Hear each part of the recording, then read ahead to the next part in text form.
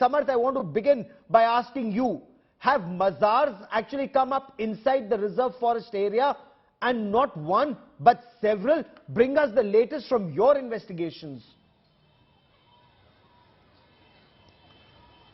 Well, Gaurav, plenty of mazars, I must say, plenty of mazars. And what is shocking that all mazars are found in the Jim Corbett area, either inside or outside the area, which is quite connected, or is the area for the Jim Corbett, because tourists out here come here in large numbers. And so that is very, very shocking. Then we got to know about this particular thing. We reached to the spot in the forest areas, and what we found was quite shocking. At one place near Jim Corbett area, we found 5 to 6 mazars, illegal mazars at one particular place.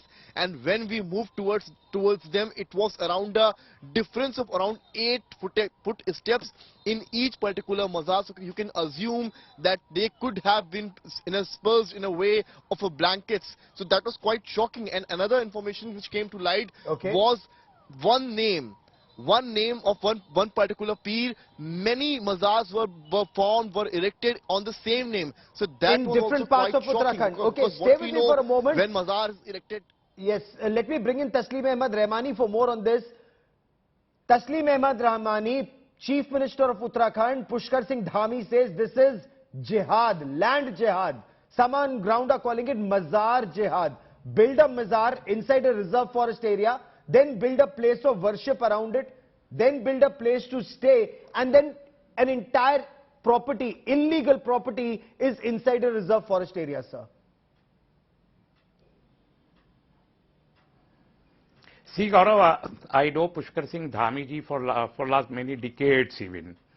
And he is in power for last 6 years almost now. And I'm not against any kind of surveys, investigation, identification, or of any sort of illegal activity, be it the bazaar or the mandir or whatever it is. So I'm not against it at all.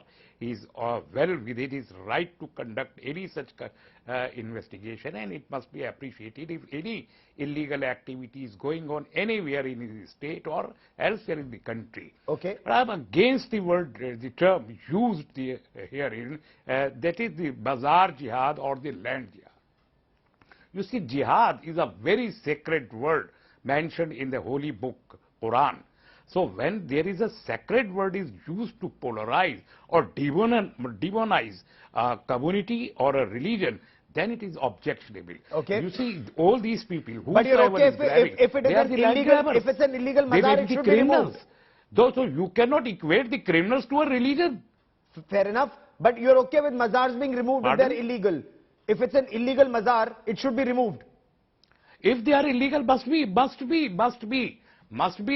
But one thing we must consider, that all our gurus, our sadhus, our saints, and our peer, they were mostly living in some some forest, and they died over here. And then these mutt and mazar and all such things has been made there in the forest lands.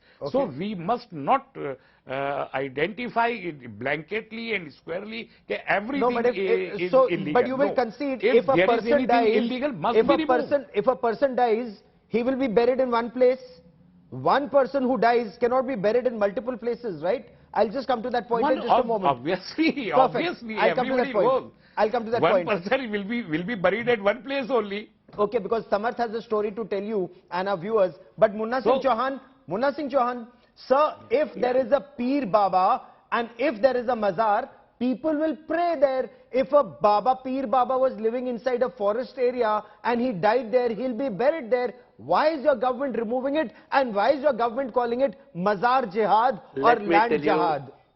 Let me tell you very frankly, Dr. Rahmani had made a very responsible comments in the beginning, but the end of his comment, he twisted the whole situation.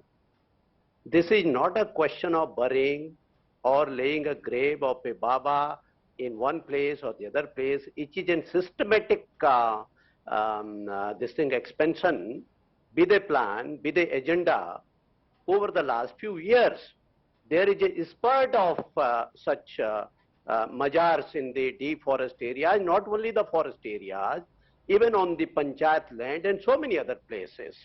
And there are three-pronged strategy behind this.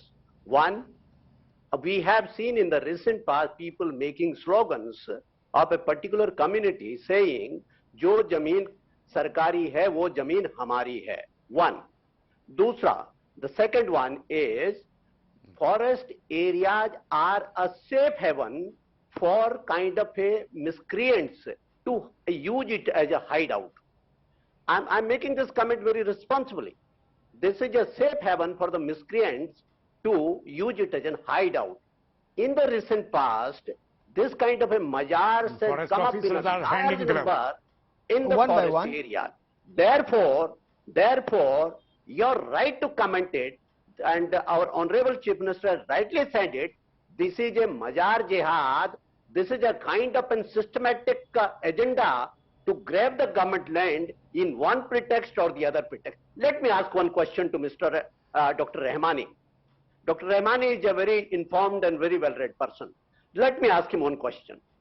If we go by the general logic, because he tried to equate that jihad is a very sacred word, we have all witnessed in the recent past that jihadis themselves equated the action of jihad with the criminality, because they slitted the throat of the innocent people in the name of a jihad. Okay. I don't want to go into that kind of a controversy. Dr. Rahmani, quickly respond. Mr. Rahmani, let me. Now, in Muslim belief, everybody believes that Muslims refuse to go before, they refuse to make a sajda before the mazar or any booth or any statue. Then, when they themselves refuse to make any sajda, they refuse to go before the mazar. Why the hell they are constructing so many mazars overnight? Okay. Sir, you've raised a point. Dr. Rahmani, please respond, sir.